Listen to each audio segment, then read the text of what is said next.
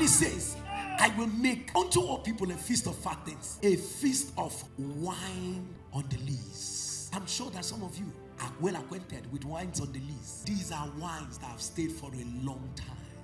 Sorry, what did you call it? Vintage wine.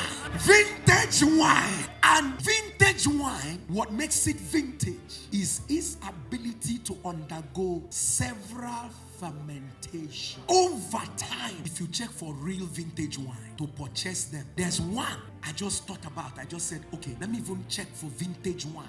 And you know, it's in Paris that you have all of those. So I was just checking it on the internet, and people of God, money that will set you up for life.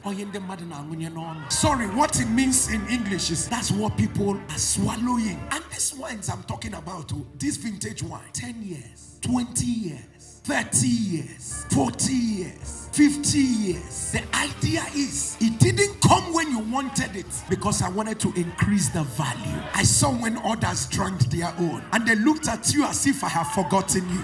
I saw when they were all celebrating. But watch out, it's going to be a case of wines on the lees. It did not come when you wanted it, because it is getting better. The value is rising. The reason why you wanted your wine 3 years ago and it didn't come was that God needed it to ferment, so that when it will come out, the